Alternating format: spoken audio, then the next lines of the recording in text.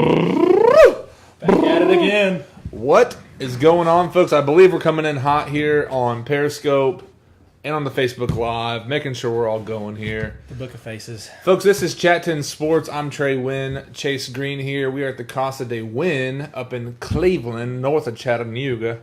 But everybody, welcome back in. It has obviously been a crazy last couple weeks. Holidays, football recruiting, BasketVols are going hot, and of course the Tennessee Titans. We've got a little makeshift banner plus flags, if you can see some Titan up and some Power T behind me. Try to do some new things. He's got the orange and the blue back. I've got the blue front and the orange back. It's like it was planned. Yeah, we wanted to show love for everybody. Little home styling. We're going for some accents here, but everybody, thank you so much for tuning in. We're going to be here for about an hour and 15. But Chase, hit us with some facts, brother. Well, as you know, we're broadcasting live on Periscope and Facebook. So we are wanting you to share.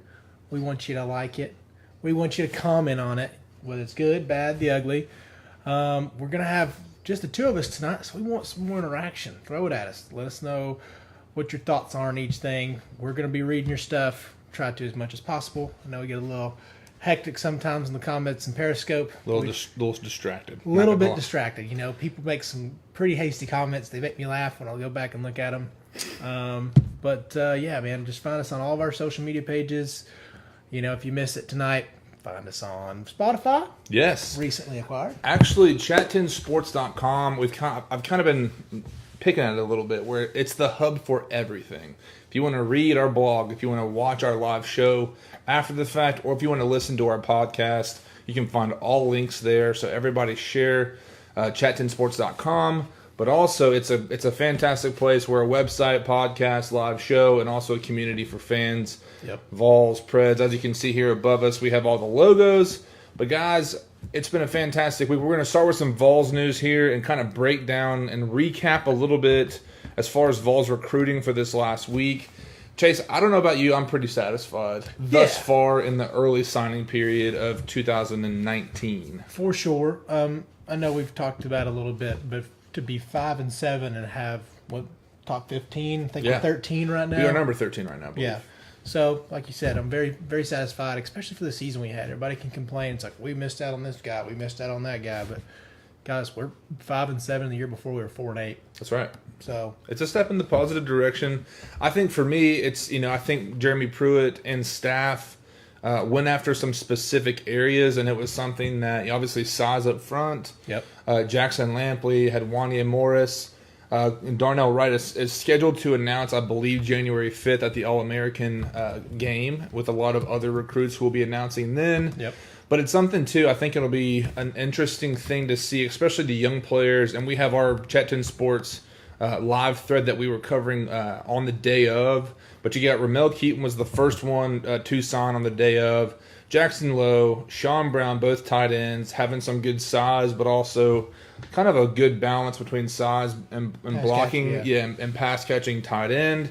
Tyus Fields, Jalen McCullough, two defensive backs that came in. Brian Maurer, Gerard Means, couple, and again, I'm going to try and say his name, but he's from IMG in Florida. You can do it. Chris Agaporo Guinea. Sounds right. I'm going to, again, names, we're terrible. Yeah, let's have it. But Melvin McBride, offensive guard, coming in, 3-star guy. Elijah Simmons, I think he's the most intriguing part of the entire class. He's 6 foot. I think he's at 350 right now, and Pruitt did say after the day of, was saying, hey, we got to get you down a little bit of weight to about 325, but he said he could actually dunk a basketball, so... He did say he caught it off an oop, so he wants him to drop down to 325. That's crazy to think about. You need somebody to drop down to 325. Right. It's a little bit intense. I mean, these are some big boys, and especially, like we were saying, the size factor up front, obviously a big struggle last year, but it's something going forward. I think the Vols, especially in the SEC, it's going to have to become a staple to be successful in the SEC East. Yep. And it's funny, too, because I know through this process, being number 13, there was kind of a turn of the tide, if you will, kind of a thing where it went from good to great, or good to better, if you will. But the former 5-star Michigan defensive tackle Aubrey Solomon has transferred to Tennessee a year after being in Ann Arbor. fantastic news. I mean, if you've watched some of his film from high school, he is huge. Yeah. I mean, someone was saying he physically looks like Reggie White, which is a big compliment. Big, looks. But what if he's 75% of that? It's still amazing. I'll take it. But yeah, fantastic get for Jeremy Pruitt and his crew. Mm-hmm. There were unfortunately some guys that did commit to other schools. Jalen Ellis goes to Baylor. Jamie Petway goes to Missouri, and he's actually been talking some noise on Twitter saying, "Hey, we'll see you next year," and talking about 50-18 to a lot of the Vols fans. Good luck. Noah Kane, Penn State. Joseph Anderson goes to South Carolina. So a lot of guys that were in the mix for, but unfortunately did go the other route. And still, I think we have a good enough class. And, of course, I mean, the two running backs, running back and potential linebacker athlete, Eric Gray, first-timer to be a three-time Mr. Tennessee. Yep. Scored 123 touchdowns in 3 seasons. State record for us. Unbelievable. Glad to have him. It's fantastic. But it's something, too, that Quavaris Crouch, I think – there's been comparisons between him and Al Wilson, which is a huge compliment for him.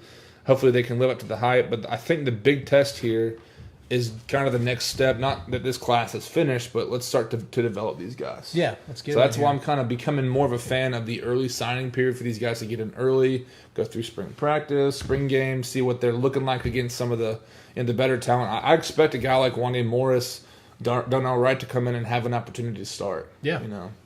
But any other thoughts? I think like we hit on, man, we got some size, but we also picked up the main thing we need. We got speed. Yeah.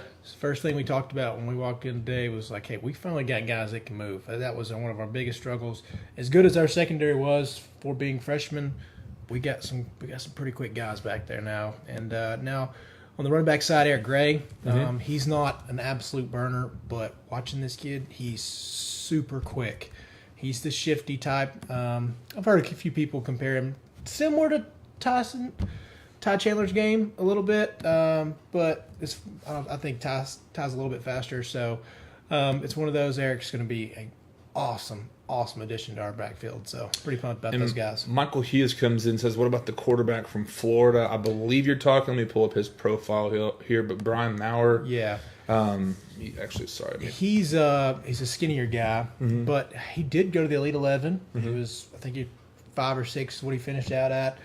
Got a heck of a cannon, but I don't remember what happened as far as he might have got injured last year, and that might have dropped him down. Is that correct? I think I might have heard that. He's 6'3", 199, so he's still got some room to grow. Obviously, he's a high school quarterback, so I think he's been an advocate for Tennessee since he's, I think, been on campus and visited. Yep. And even when Tyson Helton went to West Virginia, he's actually was in the running with West Virginia as a school to commit to, but when he went to Western Kentucky, Tyson Helton, he said, I'm not committed to a coordinator, I'm committed to the school. It's big. And like Pruitt has said, too, with the offensive coordinator search, and he said a lot of times the OCs coordinators can be a little bit overrated as far as what they can do. I think, I agree 100% with the fact that you're getting in there, you're committing to a coach, and frankly, I mean, if you have the pieces in place, you can produce. Yeah. Regardless of who's calling plays. Now, I think there are some guys who could be next-level guys that could really, I'm a big fan of Lane Kiffin. I know Kendall Briles just went to FSU. Yep. There's rumors now, and this is all hearsay. I don't know of anything official, but that Steve Sarkisian's kind of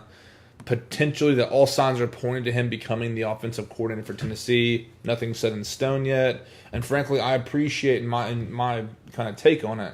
I appreciate Pruitt's focus on recruiting versus saying, hey, we're going to stop everything or try and juggle the both of them between recruiting and finding an offensive coordinator, because I feel there are plenty of guys that could get in there and do a good job as long as you have those pieces in place. Exactly. But, yeah. I mean, it's mostly about the players. Now there's going to be some talk as soon as we get our guys, how we're going to operate with everybody. So it'll be exciting. Right. Well, Chase, hit us with some basketball info. See what I'm kind of out of the loop on that. I know you're a little bit more plugged in with it here. But so the last 2 games we played, it's kind of after the fall off, after we played a big-time game in Memphis. I know you guys talked about that while I was gone.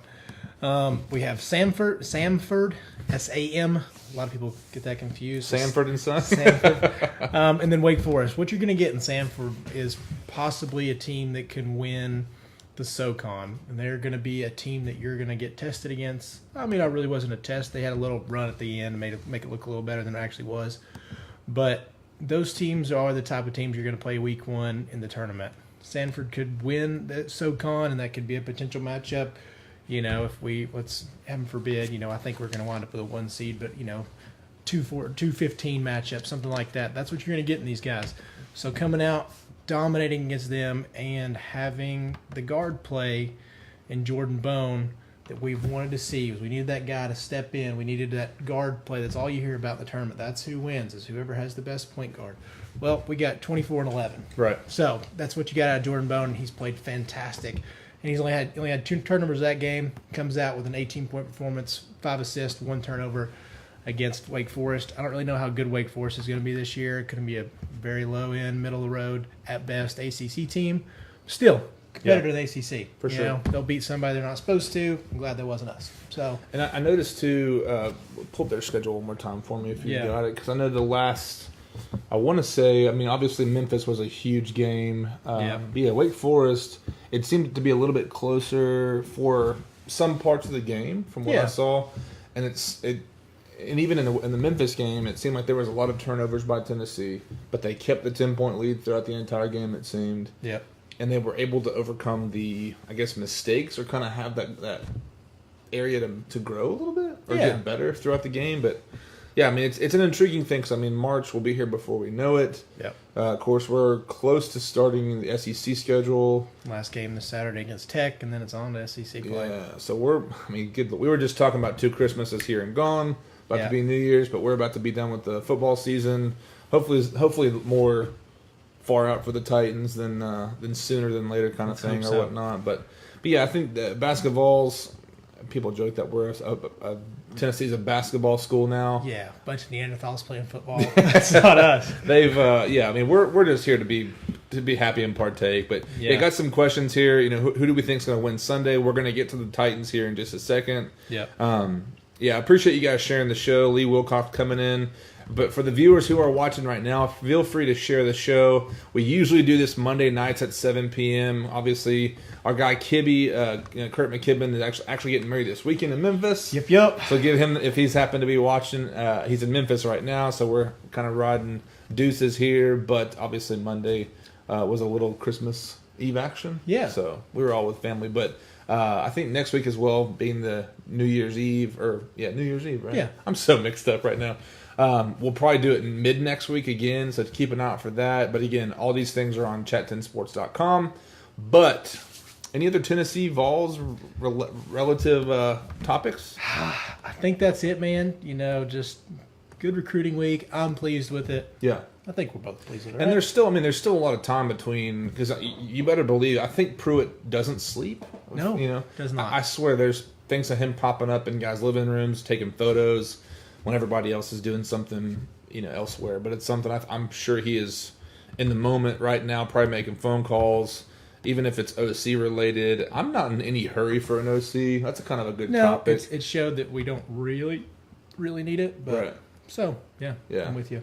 I don't know if, and it's almost an interesting, kind of thought, if Vols fans are still living off of the pain of last year. A little bit. And kind of overreacting a little bit there. So it'll be interesting to see what happens. But, again, we're going to move on to the Tennessee Titans. We're going to download last week with the Redskins, moving into this week against the Colts, which is obviously a huge game. But we, starting off here, to recap, I'm going to pull up the stat line for the Redskins game.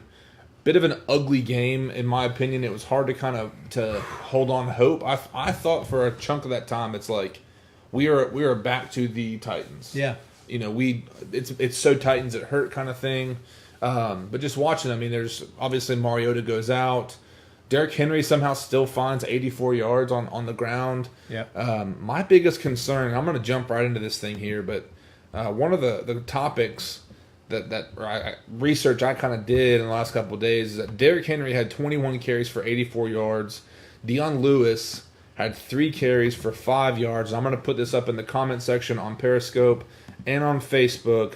Viewers, if you're watching, feel free to throw out your opinions here. And it's something, too, that for Derrick Henry to have 84 yards, Dion Lewis has 5. Is it concerning that Derrick Henry is outperforming Dion Lewis after Lewis got a big offseason contract to join the Titans? Is that a concern for you? No, I wouldn't think so. I think Lewis has his purpose in the passing game. That's really what we probably got him for. I think this is maybe we want a little bit more balance because I feel like, I don't know if you see it the way I do, it's when one's doing good, the other one's doing bad. There's never like a nice mix. We've not really seen that yet. Especially, I don't remember what Dion had in either one of Derrick's last 2 games prior to this one. Right. But, I mean, this week, he had 3 catches, 20 yards. But like you said, he only had 5 yards on the ground. So, it's just one of those things that it's tough. We're picking and choosing almost instead of getting the best of both worlds. I know the offensive line, it's been inconsistent throughout the entire year, but it's something for me. And someone said to me, do you think they're blocking better for Henry versus Dion Lewis? I don't think there's anything close to that. No. I think they're going to block regardless of who's in the backfield.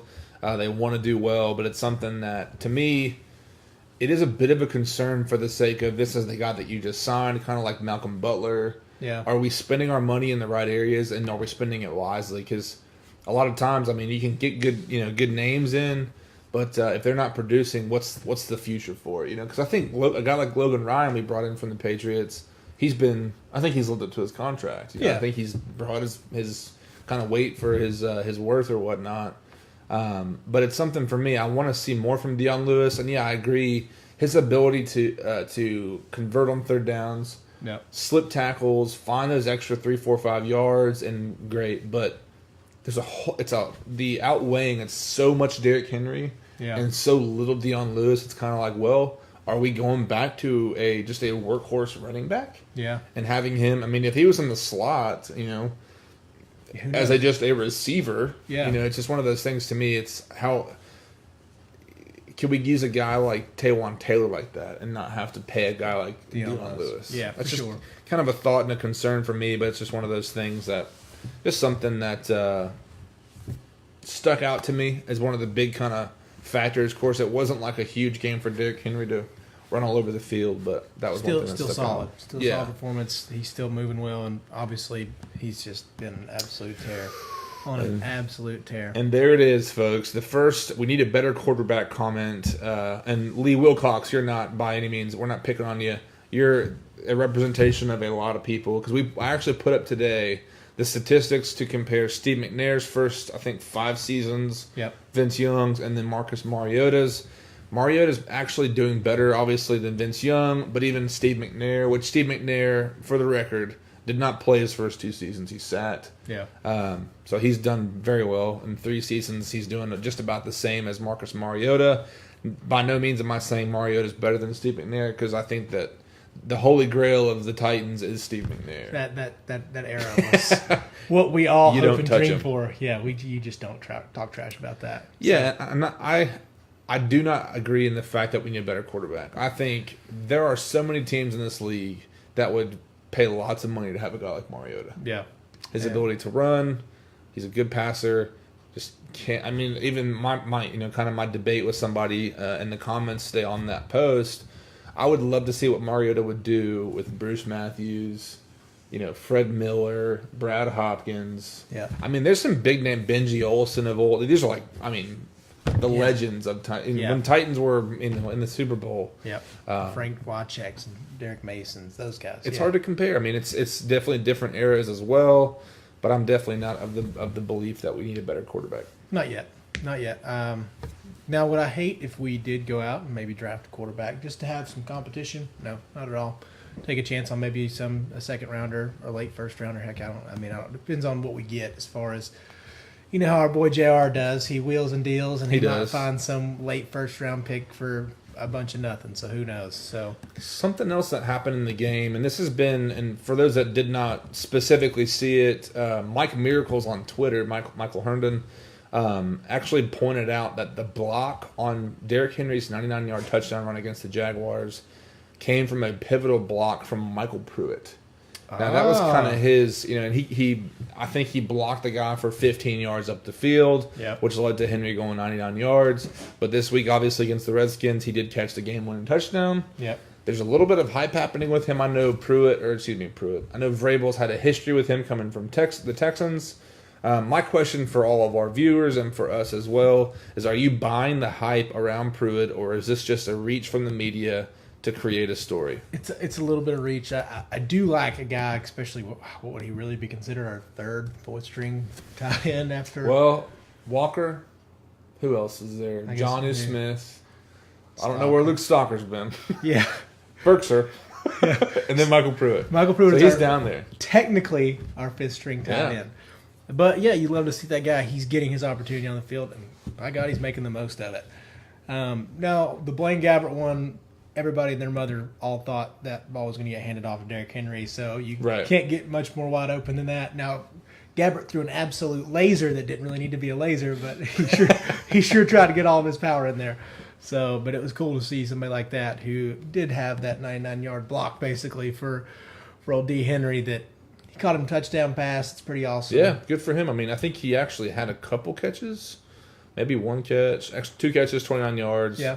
For the touchdown, only touchdown of the receiving core. Yeah. Taywan Taylor had a great game, 64 yards. It's good to see him.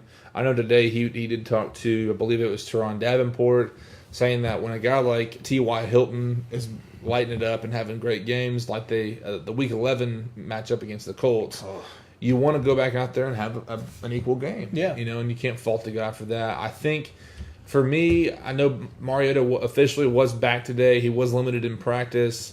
Did not have his usual amount of reps, but it's something I think LaFleur said, why rush him back? But Taywan Taylor did say, I'm comfortable with Marcus and with Blaine Gabbert, so I'm just trying to basically get the ball. I love Taywan Taylor. I love what he brings. I know last year against the Colts, Monday Night Football, had a huge touchdown catch. Yep. But I think this upcoming week, going forward to the Colts, it'll be an interesting thing to see what our secondary, how they perform. Also, how our receiving core does, because there's something different about this team at home and this team at night. Yep. So they perform under the big lights, don't they? They sure do. But I mean, my thing is I know I'm confident that Mariota is going to be back. I think with everything, all that is on the line against the Colts, it's going to be a great game. And I want to propose the question for everybody here: as a Titans fan, what's the biggest concern that you have going into Sunday against the Colts? It's definitely got to be just the curse factor of Andrew Luck. I mean, I think that weird pressure gets in your head. You sit there and you're like, we cannot beat Andrew Luck. And then you just bury yourself just trying to knock this guy's head off. I can only imagine what a defense feels like. This guy owns us and has owned us for, 11, 12 games? We're 0-10 against Andrew Luck. Okay. Now, we did beat him last year, but of course Luck has been out the last 2 years? Was he out for 2 years? 2 years, yeah. Man. Getting old. What's your biggest concern? My biggest concern right now is, the offensive line is still kind of an inconsistent. Some weeks they're fantastic. I know the right-hand side's been a lot better. Yep. Since Dennis Kelly has come in. Of course, Lawan has been Lawan. He's been fantastic. But people, all the hate that Mariota gets, he can't stay upright. You know? And I know his ability to extend plays. I know even last week against the Redskins, there were some runs. There was one run that he spun, found his way up the sideline, and made a first down, which was great. But I think this offensive scheme is made for a guy to sit in the pocket. Yeah. Whenever we're passing, and to have the ability to go upfield that way. Now, my biggest concern, is just Andrew Luck. It's just flat out. It's just him, dude. It's something for me. You don't know how.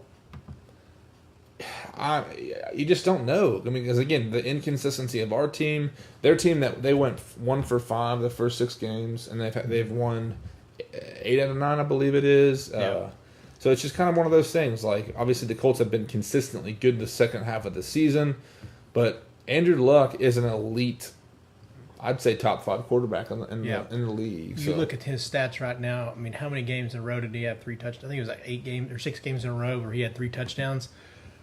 The dude's incredible. I don't like that big ugly caveman, but by God, he's good. He is good. So it's always one of those that, man, you just don't want a game like T.Y. had against us the first time. Yeah. That's one thing that I see our secondary improving. I know you've talked about this a lot. definitely seen Butler and Byard really step up into their roles. Finally getting these guys in the scheme right. I don't know what happened, what changed, but it looks a lot better.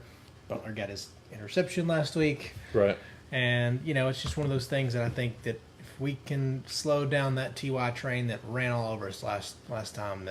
Yeah, last game, 9 catches, 155 yards, 2 touchdowns. Just embarrassing.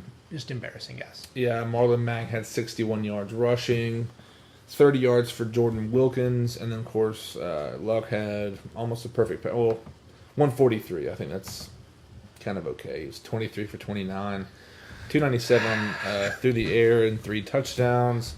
Again, I think this is kind of my opinion too, and we'll kind of put this out there. I think the kind of the dark horse story of that game, and then looking at this Sunday as well. This was the game that Dean Pease was rushed to the hospital. Yeah, had a nerve issue in his eye, which there's no doubt in my mind had a huge impact on the defense. Who's calling plays, who's got the radio. I know Vrabel kind of took over that role for that game, but it's something too. I think going at home, and there's so much talk right now about this home game for the Titans, what it means for fans, and there's been talk of respect this whole year. I think it really can, being a home field advantage type of game, I think it's something that fans can come out. And usually, in the times I've gone to Titans games, it's let's sit here and watch this game. Yeah. Let's drink our beers. Let's eat our hot dogs, eat our nachos. Let's just be entertained. Yeah. But we're not really an actively loud and rambunctious and obnoxious fan base. We're that's not going to make Steelers. because even last week, the Seattle Seahawks game. Yeah. Unbelievable, and that's an open stadium just like ours. So it's one of those things. I'll be there Sunday. Chase might be up there Sunday. So if you guys are coming out, feel free to hit us up on Twitter, slide in the DMs, give us a message. We'll be all around. But it's going to be a lot of fun. And of course, just a couple things here we did put up on our website yesterday. We're helping out. Operation Code Blue is going live.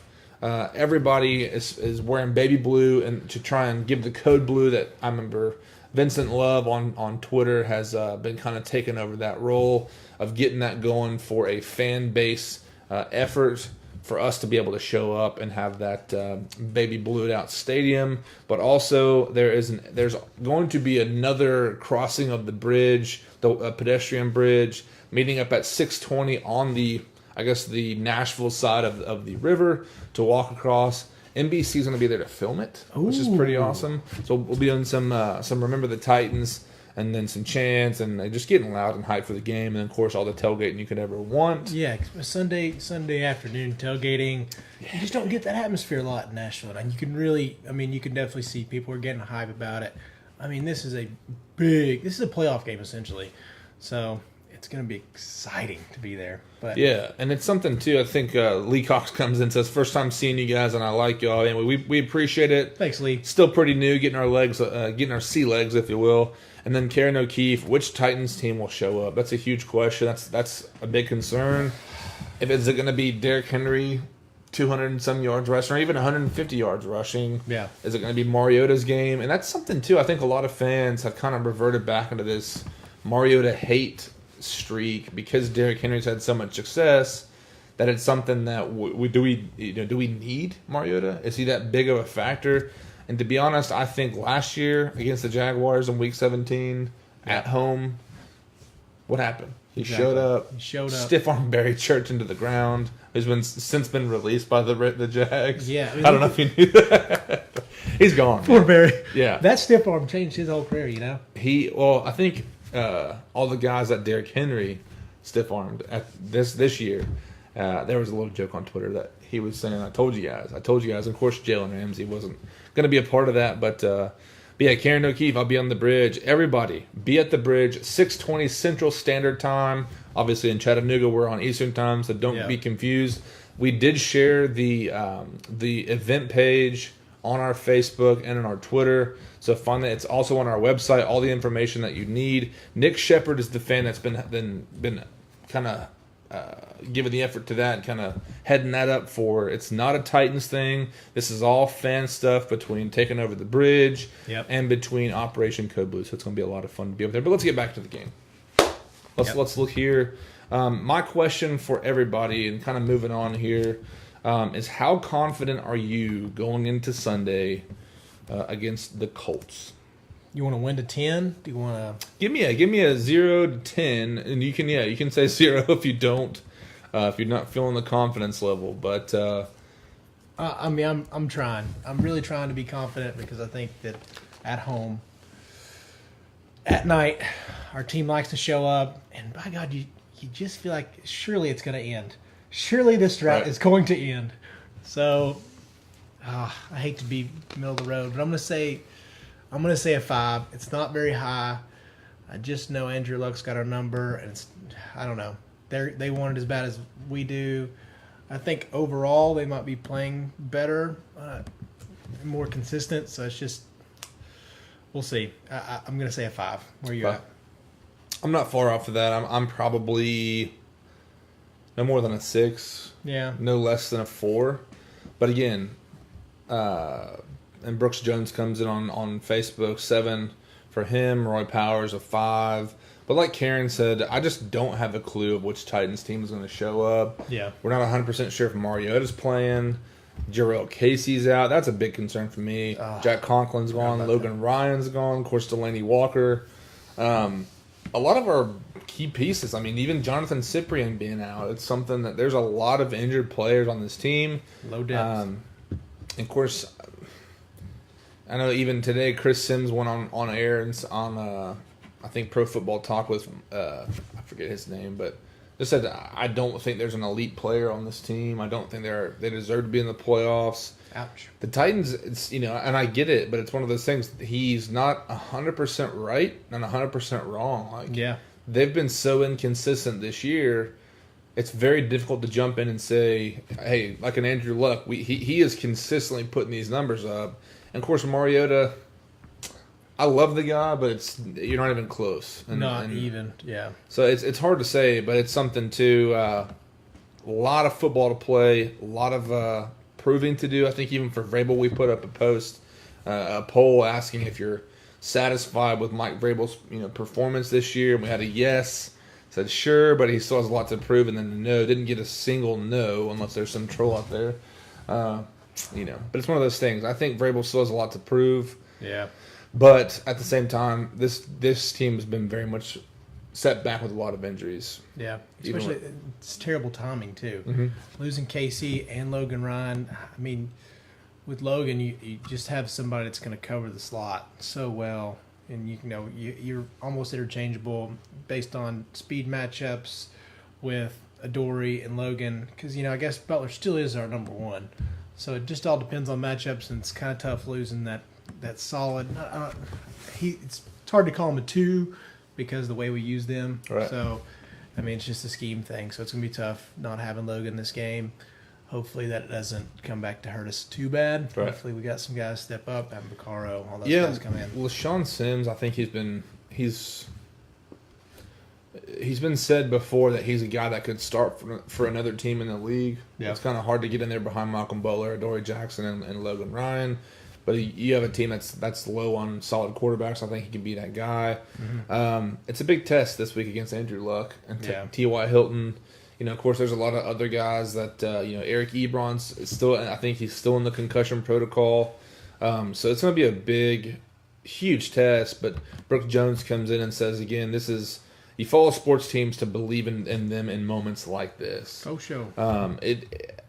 Again, I will be there. I have full intention on losing my voice, getting freaking crazy. I'm super excited to be up there. It's going to be an electric atmosphere, and I think this is exactly what Amy Adams Strunk, John Robinson, and the entire organization wants as a whole. But again, it's something there's still a lot to prove here. Roy Powers comes in. This is a team that this team is Super Bowl material with everyone back next year. I don't know. Super Bowl material just yet. I think we need a few more things. I don't know exactly what those are. Oh, man, if we had consistent offensive line play, if we had a pass rush, that's a big question for me. Which we'll get into that. We'll get into that in some agree or disagree. But it's something too. I know. I believe Sharif Finch is back this week, and then Harold Landry's supposed to be 100%. Yeah. Arakpo and Derek Morgan, they've been there, but still not getting No, I know the pressure you want. our boy Teron did post today that I think Arakpo is at full practice today. Yes. So Yeah. seeing that little progress. Barrett, I think, split reps, and then Arakpo's in full practice. So Yeah, and Brooks comes and helps us out here, pass rusher, interior offensive line, and wide receiver. yeah, And it's funny, again, speaking of Teron, we did talk to Teron before the trade deadline, and he talked about how Deshaun Jackson wants to get out of Tampa Bay. And at that time, I was drooling at the idea of him and Corey Davis on the field together for the Titans. Yep. This year, I believe, is a contract year for him, so he is going to be eligible as a free agent in the offseason, which would be, I mean, if I'm John Robinson, he's the veteran guy who's matured, who's shows himself as a productive guy. It's pretty crowded in Tampa Bay with Mike Evans, O.J. Howard, the tight end. I mean, it's not something that who's the guy at Penn State? I can't think of his name. Conway, I believe it is. Smaller, speedy guy, but Deshaun's just a veteran guy that I think he can pull enough attention away from a guy like Corey Davis or even a Taywan Taylor to free it up. Yeah. I'm confident, and it's funny too. That Mariota again gets this rap that other quarterbacks are making no look passes, which Titans film room and I believe Mike Herndon on Twitter did put together kind of a pretty lengthy documentation of videos of how he has looked off the defenders to make passes right down the middle or whatnot. But so Mariota, I think he does a whole lot more than he gets credit for. Yeah, for sure. In the passing game, I'm saying, and not just something that. Hey, his legs extend plays. I think he's a lot better passer than he gets credit for. Yeah, I think one of those things for him is laid-back personality, and he looks smooth. He's a smooth guy. I mean, his stride's long. It's very graceful, very deer, antelope type. It's one of those that, for people like that, he doesn't have a whole lot of flash. Every once in a while, you'll get a nice little something like he did in the Eagles where he gave a guy a good chest bump. But you don't get a whole lot of that. You'll get the fluke play in Kansas City, but I don't know if that's flashy. It was just kind of accidental. But yeah, it's one of those that I think he's very smooth and he just doesn't have that flash, and it goes to show a few times you're like, man, this guy, he doesn't look great all the time. I get that. I know he's had his struggles, takes a lot of sacks. Mm-hmm. But he's also just had that initial reaction his entire life, trying to cure that of something where even they wanted him to do it more is get out of the pocket and extend plays.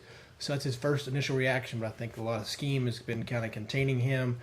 And so when he turns to look at that first running lane, guys are already there. Right. They know where he goes. They know where his first step is. It's what these guys go into film rooms for. And so those initial reactions get picked up on film.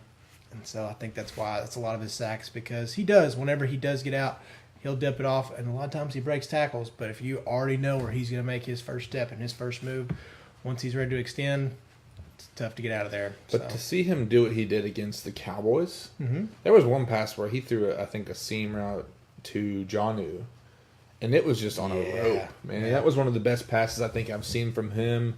And even outside of that, there are certain games where he has this poise and this confidence about him where it's like, get out of this dude's way. Exactly. And it's something that I don't know if it's an injury thing where he's got more, because even I think today Teresa Walker from the Associated Press was asking Marcus, so is this related to the ulnar nerve issue? Excuse me, is this a stinger issue? And he says, I don't really want to clarify or give more or less than what really is there.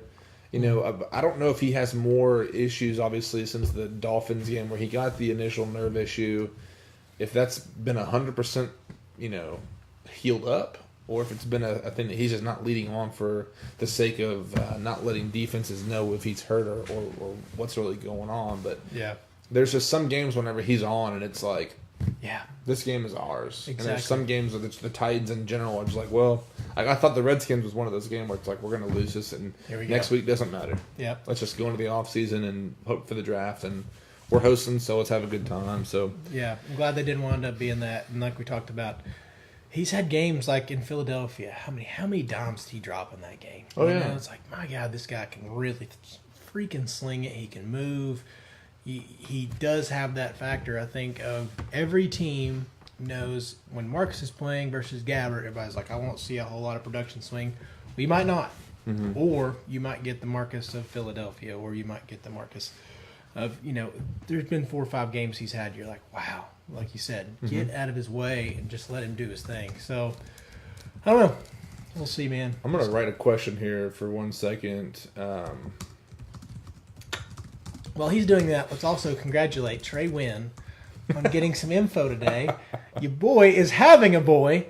Just found out he and the wife did a little research, and they found out today. Yeah, my wife woke me up this morning. We're actually at Cal State Win because my wife and girls are out of town, but did find out we're having a baby boy today. So, yeah, super excited for that. Congrats, Big Daddy. We're going to start watching wrestling and just fighting and throwing mud, and, of course, going to get some Titans gear for the babe. So yeah, he's been here with 3 girls the whole time. So my dog's a boy, so that's one other guy in the house. But my question here, and we're going to ask this question and move on to agree or disagree.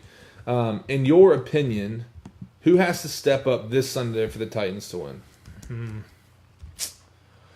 I think it's Marcus.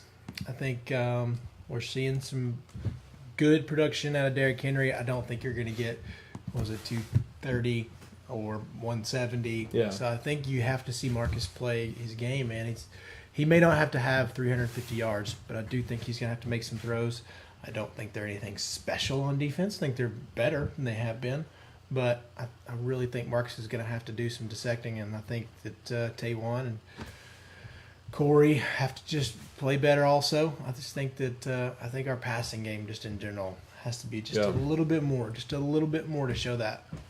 What about you? I'm going to go on the defensive side. I know a guy like Austin Johnson, Daquan Jones, with Jarrell Casey being out. Yep. What does his absence mean for a guy like Jayon Brown and Rashawn Evans, who are, obviously the big uglies up front are designed to take on blocks, to free the linebackers up, to make the, to shoot the gaps and hit running backs, and then also, move outside in coverage and do their job. So I think that the defensive line, it has to step up big. Also, internal defensive line, but also on the outside with the pass rush. I'm itching for some more Derrick Henry Wildcat. Yeah, I think that I don't know why we've only seen flashes of it the whole season. I don't know the official statistics on it, but as far as every single Wildcat run play, I think goes for 5 yards, at least 5 yards. Impressive, especially when you have somebody coming across. Either you have the options of hand off to Dion Lewis or a sweep with Taylor. That's scary. It is. It's very scary. Brooks Jones comes in. I think the offensive line, Marcus and Henry are reliant on the line. Yeah. The offensive line is the most suspect. Last time we played the Colts, our quarterbacks were under duress. Marcus got hurt again, but if we block well, Henry runs well and keeps Luck off the field. That's one huge part of our game. I think that people, we've talked about it before. If the Titans have over 30 minutes of time of possession, it's usually a win. Yeah. I think we're like 7-1.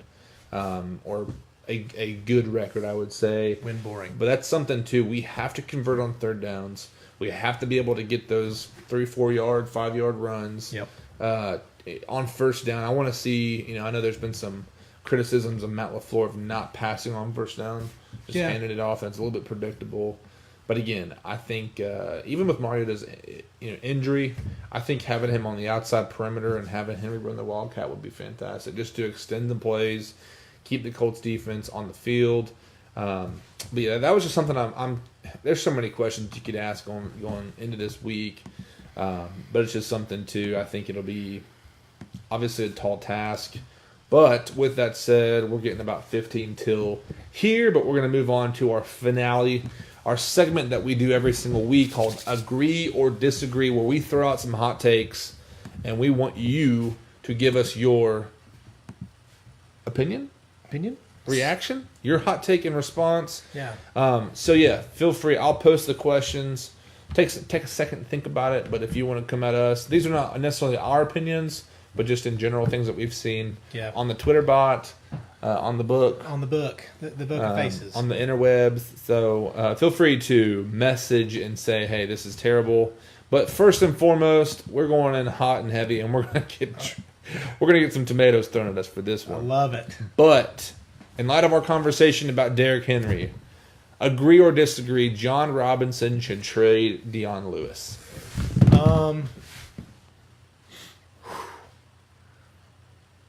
Agree. I'm going to say agree because knowing JR's history, he will get a good deal out of it.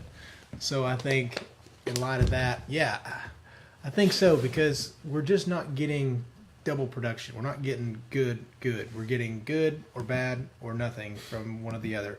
The one will have a good game, 126 yards for Dion Lewis, and Derrick Henry will have like 5 yards on 6 carries. Mm-hmm. So I don't know. Do you agree or disagree? I'm gonna. It's a tough one.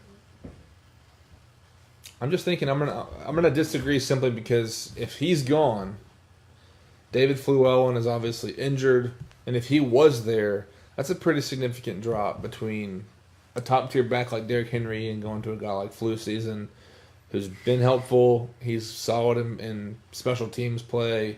I think that's kind of his role. He's not. I know before the trade deadline, Henry was pulled. Flu season was put in. That's whenever he kind of tweaked his knee. Yeah. But, man, I don't know what Dion Lewis's trade value would be. I wouldn't be shocked to hear Dion Lewis's name is on the block or whatever it is. Like Henry's was rumored to have been.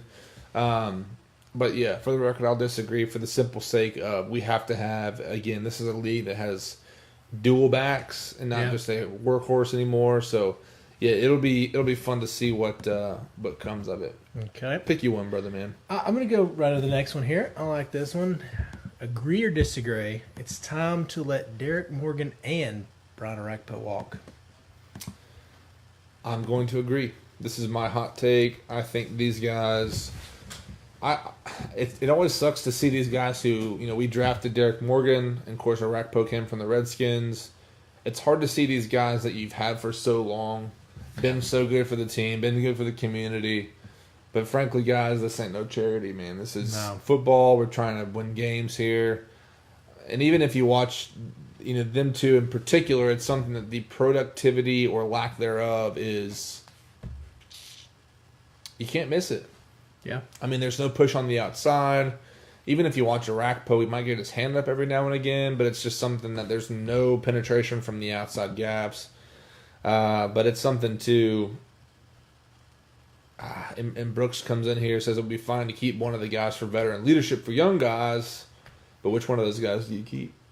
I guess I'd keep Orakpo because there still is that potential. I mean, I guess because he's still a physical specimen. Mm-hmm. With Derek... But then the same argument can be made maybe more so with Brian Orakpo's. What a fall off they had after last year, mm-hmm. So I guess I'll roll in and I'll say I agree also because, man, Brian Orakpo was a Pro Bowler. Yeah. Brian Orakpo was top 5 in sacks in the NFL, and then this year I just feel like he is just a non-factor at some points. Yeah. And they pick on him now because he doesn't have the lateral quickness. He never really was just amazing lateral speed, but he did have some. Right. Now he just gets picked on. Yeah, and I know Landry's been drafted, and of course Sharif Finch was an undrafted free agent coming out, and he's been. Yeah. I think he's obviously exceeded his expectation. Yep. But we still, a guy like Nick Bosa is going first overall. By all means of, mock drafts, but it's going to be something that we still don't have a Javon Curse. Mm-hmm. We still don't have a guy that's, just disrupting the defense. And of course Jarrell Casey's kind of a silent assassin, if you will. He's able to disrupt and get in the backfield, but not a guy that's just look at Khalil Mack. Yeah, and again, I don't expect us to be able to go out and scoop up a Khalil Mack unless they just don't come around every day. But you don't have a guy that's. I'm just thinking of older guys like a Michael Bennett who's still somewhat productive. Yeah, we don't have that on this team, and I love some veteran leadership. Don't get me wrong, but I also love me some production on the field. You gotta have both. You can't. That's kind of the fall off there for sure. But we're gonna skip that next one. Kind of wordy. But this is for my guy Brooks Jones. He's been watching, and he actually tweeted at us today. And I kind of changed the wording here, but he was saying that this game, this Sunday, there's been this idea going on that if Mariota does not play, that we should move on from him. And I'm going to put it this way, agree or disagree, the Titans versus Colts this Sunday, this game, is a career make or break it for Marcus Mariota. man, you're going to have to say agree because there is still potential where he's going to have the same shoddy touchdown to interception ratio as last year. Maybe not quite as bad because I think he had more interceptions last year, but still almost a 1-to-1. It's not what you want out of your quarterback. If he plays and does bad, it could really hurt him. I think that if we start to look on, maybe have to go draft a QB next year or try to find something in free agency. I think if we lose that and we digress with basically the same team, yeah, I think so, man. I agree. This is a big game for Marcus. He's got to play well. Brooks says, I don't know if I can answer my own question, but I definitely disagree. Yeah. Yep. Hey, you're more than welcome to throw it out there. Yeah, man. I definitely disagree. I think it's something that I disagree, period. At the same time, I think John Robinson plays us so close to the chest that I would not be shocked to see him go out there, pick up a veteran guy that can compete, maybe go for a Nick Foles. Yeah. Maybe pick up somebody that's just, Teddy Bridgewater that's sitting there waiting in the wings or whatever, or draft a guy. Yeah. However, Titans fans have this crazy blinder of you only see what's happening in this week or this last couple of weeks. Yeah. Again, Patriots, Eagles game, Cowboys game. That's this year, right? He played lights out, fantastic football. Last year, he got us into the playoffs. Yeah. We beat the Chiefs because of Marcus Mariota. Yep. Right? He's been consistent. And again, the statistics between the first 50 games between McNair, and let me pull that up here real quick because it's just too good of a stat. I'm going to pull this up real quick. Matt Wynn, good call. You said you didn't want Foles because he completely different scheme. He is a different scheme guy. I'm just saying for the example, I would not be shocked if John Robinson, again, loves the team. Yeah. He's not going to let this just kind of go on quietly and make it a thing. Like, we're going to put all of our eggs in one basket kind of a thing. But, all right, so passing for Steve McNair through 50 games, I'm not going to tell you all these stats. He had 8,600 yards, 55% passing, 43 touchdowns, 33 interceptions, and a 77.1 QBR. He was sacked 87 times through 50 games. Yep. Vince Young, we don't really care about you. Sorry, Vince. Yeah, it's just about Mariota. 50 games for Mariota, 49 starts. Let's see here. Noted. 50 games for McNair. He started 43, so he missed 7 games. Yep. Mariota's missed 9, or excuse me, he's missed 1 through 50 games. 10,974 yards, 62% passing completions, 65 touchdowns, 39 INTs, 39 interceptions, I'll say it that way, 88.8 rating, and sacked 113 times. Sorry if I got that jumbled up there. That was a mouthful. Anyways, the point is that Marcus Mariota, I'm not saying he's better than McNair. Please don't hear me say that. That's just blasphemous because, yes, again, I think we put him on a pedestal, but he is our guy. And there's been nobody better for the Tennessee Titans since him. However, I will die on the hill saying that Mariota is a guy that a lot of NFL teams would die to have. Would pay a lot of cash money to have him. I think, again, like you brought it up, and there's been the negative talk that he is too quiet to be a quarterback, or an NFL quarterback. His demeanor and blah blah blah. I would rather him and his demeanor than a guy who's saying we're eating W's. Yes, and you make that comparison. Oh yeah, for sure. But that's just, to me, it's one of those things that there's no question. I disagree with the question initially, but at the same time, John Robinson, I don't know, man. He knows all the inside stuff. He does. He knows that the injuries are more of an issue than we all realize because the press doesn't know it. They're not telling us. Yeah. At the same time, I would honestly love to be on a fly on the wall if Mike Vrabel's wife said, "So do you like Marcus as your quarterback?" What his response would be. Yeah. So I think he does. As far as everybody talks about how quiet he is, but man, do these guys love him? Mm-hmm. These guys show up for Marcus. There's a different vibe on the field from everybody, offense and defense, because everybody knows what Marcus can be, and I think that's what's so frustrating about him. Is like we've talked about earlier in the show, he has superior talent at times. Right. Snippets here and there. You're like, my God, this guy could be our franchise quarterback. And the thing, too, we put up a poll earlier this week just asking kind of the flip-flopping from the fan base. And we love Marcus one week whenever he's depleting, star linebackers. And the next week he gets injured because his offensive line re-aggravates an injury, whatever. Is it a fan base problem or is it a Mariota problem? 70% of, I think we were in the 400, 500 range as far as votes. 70% of people said it was a fan base issue. It was a fan. It's not a Marcus Mariota issue. There's a lot of haters of Mariota, and people say what they want to say. But I'm a guy that Mariota, you can't compare the dude to Jake Locker. No. Can't put him in the conversation stop. with Vince Young. I would say he's obviously on this side of Steve McNair if we're even having that conversation, but it's something to me. This is not Mariota's potential last game or make it or break it game. I think next year is a franchise tag year, which buys them. His contract's through 2019. Franchise him for 2020, and then we'll decide then what happens. Yeah, gives him 2 or 3 years in a new offensive scheme, which he's probably never had before. Brooks Jones comes in here to love it, man. We as a fan base don't deserve Marcus. Wow. That's deep, dude. A little bold, but okay. Yeah. Roy Power says, I agree. It's up to Mike and John if they want their own quarterback. I'm leaning towards them getting into QB. It's a lot of people that way. A lot of people feel that way. Man, it is a... I do want to give him, and I'm glad this isn't 1 year later, because I am glad that we have him for one more year.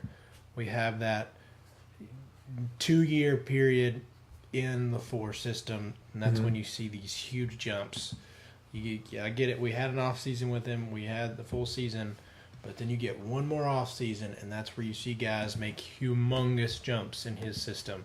So excited to see that. I mean, I know people want the short term, and that's definitely how it is, especially with a team that made the playoffs last year. Mm-hmm. But we got to look just a little bit long term, a little bit midterm, if you will. So give it one more year, and I hope we make the playoffs and do our thing. Brooks says a little sarcasm in there. He says Roy Powers, no quarterback on this draft. I say Mario deserves a 5th-year option. Yeah, I agree. Yeah, it's so crazy, man. It's the reason I love the draft so much, and even recruiting, is just to see what the class has to offer. Yeah, what decisions you make. It's a little bit of a nerd thing for me. We're gonna do one. And that was the debate we had as far as fan-based issue or Marcus Mariota issue. That was a potential agree or disagree, but I think our answer is pretty clear. Yeah. And if you get rid of Marcus and we go 1 year without him, what happens again? Are we sucking for the duck again with Justin Herbert? Is it back-to-back ducks? Oh, man. I don't know. I mean, I think it's... it's so. I'm just thinking of the kind of guy that you would want to go after, and even in college football right now, I don't necessarily see a guy that's like, no, hey, he's got my attention. It's like, no, I'll keep Mariota because there's no other options out there. And because you can say, we'd all love to have Tua, but I don't think even if we were running with Blaine Gabbert, I don't think we're bad enough to go to number 1 draft pick, what you would have to have. Like, we still have enough talent to be a 4 or 5 win team. Realistically. Yeah. So, I mean, if things worked out, I do think we could be a 4 or 5 win team. You're going to have to lose. Who knows how bad Arizona could be next year, right. Things like that. So, I don't know. I just don't think that everybody's like, oh, we should get Tua or we should get Herbert. Well, you have to be a number 1 or number 2 draft pick to get those guys. Right. So, realistically, you have to look at it that way. Who are we going to get in 20? That's the thing, like, quarterbacks are so valuable in football right now because it's just simply a passer's league. It's in a lot of ways. But my thing too with Mariota, it's like he doesn't have to be the Aaron Rodgers or the Tom Brady or the Andrew Luck. What if Derrick Henry and him are the combo that I don't care how you do it, just win games, just win. And it's something that look at John Gruden. He is overhauling the Oakland Raiders. Everything out of there, and he's got 3 first-round picks right now. And I would much rather be in our boat with our, I don't know what you call Mariota, less than desirable. They want a Joe Montana like John Elway guy to heave it 90 miles an hour and 60 yards at a time. But frankly, we don't have to have it to win. So yeah. The last agree or disagree here, I'm gonna throw this out here, and we're just gonna run with it. Say agree or disagree. This Sunday's game. This is the biggest game for the Tennessee Titans in a decade. So I know last year happened, and that was the Jags and playoffs. Yeah, I think the Jags game last year might have been it. This is close. I think this is a very close second, and I know what this game entails as well. But I think just finally getting back into the playoffs was just a touch more over beating Andrew Luck. Now, like I said, I want to beat that caveman so bad. I want you to give us all your heart for Chat 10 on Sunday night, just so we can beat that guy. But I don't know. I just last year's Jags game, just a touch more. I'm going to agree for the simple sake that I think that the fans are becoming more involved with this. We just got, I don't think the Jags beat us before that game last year. Mm-hmm. So it is kind of the same. Sorry. We won both games. Both games. Okay, yeah, we did sweep them last year. Yeah. But we have a little bad taste in our mouth. I mean, 38-10 or whatever the score was in Week 11, they whooped us. And it was not even close. And it was just something for me, I think that, the 10-0 thing for Andrew Luck against the Titans, he's even come out and said this means nothing this week. It's about this week. And I think a lot of players as well have said, hey, this does not matter. We have to, we have to win. Yeah. And it doesn't matter if it's a 10-0 or a 5-5 or whatever it is. But I'm going to agree. I think this is, and I think Brooks said this a second ago. Said Fire Malarkey was more for Justin making the playoffs this year. It was about improving the overall trajectory of this team. I think this is the next step going forward. I mean, this is, for a guy like Chris Sims to come out and say they don't deserve to be here. Well, guess what? No one's going to respect us. We know that thanks to Taylor Lewan. Yeah. You got to take it, man. You got to make it happen by yourself. Sunday Night Football. Let me see here. We got moved up to Sunday Night Football. And that's a big game. I mean, it's Colts. And right now, let me just double check this. The Colts, Titans, I checked it this afternoon, and I think the Colts had like a 51% chance. According to ESPN's matchup predictor. Let's see what we got. If the internet would. Come on, Win Network. Yeah, 51.4% for the Colts, 48.2%. That's a toss-up if you ask me. Yeah, very close. It's gotta be mentally tough. Got to get through the can't beat him factor, and have to play good in the secondary. Yeah. Can't let T.Y. do what T.Y. did to us last time. Yeah, Dean Pease came out and said, for Adoree Jackson, what's the key to his success? He said, just don't get burnt. Yeah, because we brought in Adoree to guard guys like him. Right. Speed, quick, all of it. That's what we brought Adoree for. And I bet a lot of it was for T.Y. Hilton and guys like that. I mean, because we've obviously had him cover different guys. We've had Amari Cooper when he did his first pro debut. Yeah. But he's not there to cover all the big guys all the time. I think eventually he'll become our number one, eventually. But right now he's there to cover speed merchants. So that's what we got. Time to earn your keep. And I think his activity in the kick return game, I just don't like it. I don't like it. I don't like him back there. I think Darius Jennings is great on kickoffs. Why not just put him on punt returns? Usually, I think, it concerns me. Maybe it's a little bit of the Mariota effect that when he gets hit, I'm just like, dude, he got nailed. Yeah. Makes poor decisions. He ain't getting up. Yeah, and then I think it was, what game was that? His fair catch on the... Yeah, we all texted it immediately to each other. We're like, oh my gosh. Yeah. Yeah, not good at Adoree. But again, it's something I think, in my opinion, this game... for what it's worth, against the Colts, when you're 10-0, we weren't 10-0 against, or we weren't 0-10 against the Jags last year. Yeah, we've owned the Jags since the day one. It's Jags are in our pocket, and like many people have seen on the tweets, Derrick Henry is the mayor of Duval, so that's no brainer here. A couple last comments here. Matt Wynn says he disagrees.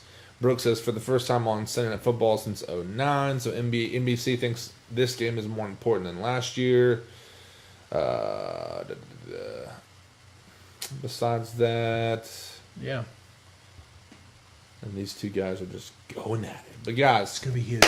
it's gonna be huge. It's gonna be huge. So this Sunday, I'll be up in Nashville. Gonna probably get there mid-afternoon, 7:20 Central Time kickoff. Old Chase Green might be there as well. I'll be on my way back from young Curtis McKibben's wedding, so we'll see how everything's going. Yeah, go find Kurt on Twitter and say congratulations on getting married, which is this Saturday. But yeah, we'll be in Nashville. Planning on being in Nashville, so come find us. Hit us up on Twitter. We'll probably do some tweeting before the game. It's gonna be a lot of fun this It's weekend. gonna be a good weekend, man. New Year's coming up. Ooh. So. Also, a big UFC fight. Oh yeah, we did. John Jones and Alexander Gustafsson fight Saturday night Round 2. in L.A. Going to be a huge game. But everybody, thanks so much for tuning in. We're going to wrap this thing up. Find us on chat10sports.com, just our name and a .com at the end in your URL. Hit that button. Fancy new website. You'll find us everywhere. You can read our blog. You can watch our live shows. And then listen to our podcast when you're traveling from here to Nashville. Yeah. So it's going to be one of those things that we will see you on the other side. Any closing remarks, Chase? No, man. Just want to wish our boy Curtis McKibben the best of luck this weekend. I know he's a little nervous. He's been a little shook the last couple weeks. So Been shook. yeah, been a little shook. Got a lot of pressure going on. You know, it's wedding season, so Hey, don't be scared. All No, right, it it'll be is good. I've had this ring on 5 years, and I will say on the record, it's a fantastic dive. But again, everybody, thanks so much for following us, checking us out. Find us on Twitter, Facebook, Instagram, and find our website, chat10sports.com. And we will see you guys on the flippity flop.